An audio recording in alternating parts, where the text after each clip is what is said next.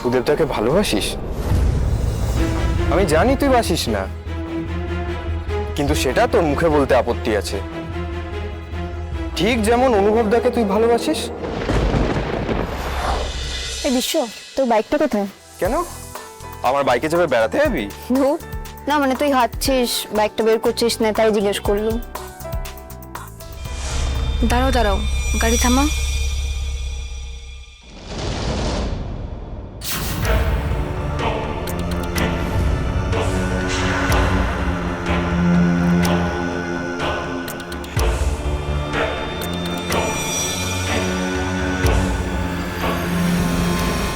এই, তোর কি হয়েছে বলতো? আর সকাল থেকেই দেখছি তুই বড় চুপচাপ হয়ে আছিস। জানিস, মনোরথা দিদি প্রেগনেন্ট নয়।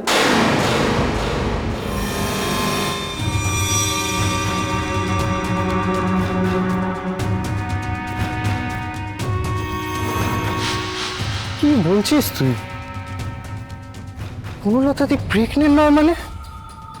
মানে ও মিথ্যে কথা বলছিল, গল্প বানিয়ে প্রেগনেন্ট সেজে ও ঘুরে বেড়াচ্ছিল।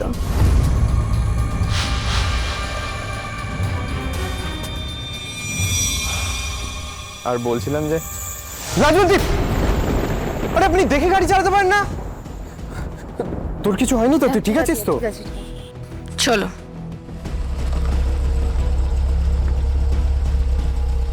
যা, যেটা বলছিলাম, আচ্ছা উনি এরকম প্রেগনেন্ট সেজে ঘুরে কেন বেড়াচ্ছিলেন? মানে ওনার কি মাথায় কোনো গোলমাল আছে? আর তুই এতদিনে কিছু বুঝতে পারিসনি? মালবিকা ম্যাডাম আমাকে সেদিন বনলতা দিদির কথা জানতেই ডেকেছিল। মনে আছে বনলতা দিদির প্রেগনেন্সির শুরুতে ওরা একবার মালবিকা ম্যাডামের কাছে গেছিল? তখন ওর একটা কথা আমার একটু সন্দেহ হয়েছিল। তাই আমি ওই লোকটাকে বলছিলাম কি তোমার বউকে অন্য ডাক্তার দিয়ে দেখা, তাতে এসব জানতে পেরেছি। বাপরে, এ তো সাংঘাতিক ব্যাপার। এতদিন ধরে প্রেগন্যান্সি ফেক করা। কাল সবকিছু যখন সবাই জেনে গেল, আমি ওই রাত্রিরে হোস্টেলে ফিরে গেছিলাম। আমি তো ভাবতেই পারছি না। এনিওয়ে, তুই ভালো করেছিস হস্টেলে ফিরে এসে। কিন্তু ছুটিতে তুই কি করবি?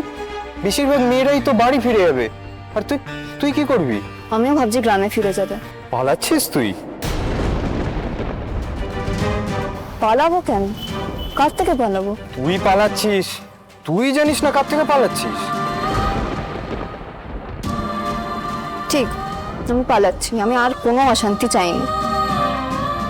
এখন যদি লোকটা আমার সাথে যোগাযোগ করে আর বনলতা যদি জানতে পারে, সে জেনে কেমন অশান্তি করবে, সেই ভয়ে আমি পালাচ্ছি।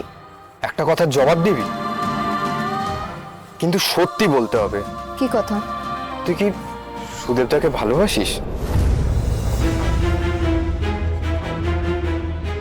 আমি জানি তুই বাসিস না, কিন্তু সেটা তোর মুখে বলতে আপত্তি আছে। ঠিক যেমন অনুভবদাকে তুই ভালোবাসিস, সেটা মুখে বলতে আপত্তি আছে। কি বলতে চাইছিস আমি বুঝতে পেরেছি। আমি শুধু এটাই বলবো, তুই আজকাল বড্ড বাজে বকিস। প্রশ্নটা কিন্তু তোর সামনে আসবেই লাজবন্তী, আজ নয়তো কাল। আমাকে জবাব দে বা না দে, নিজের কাছে উত্তরটা কিন্তু রেডি রাখিস।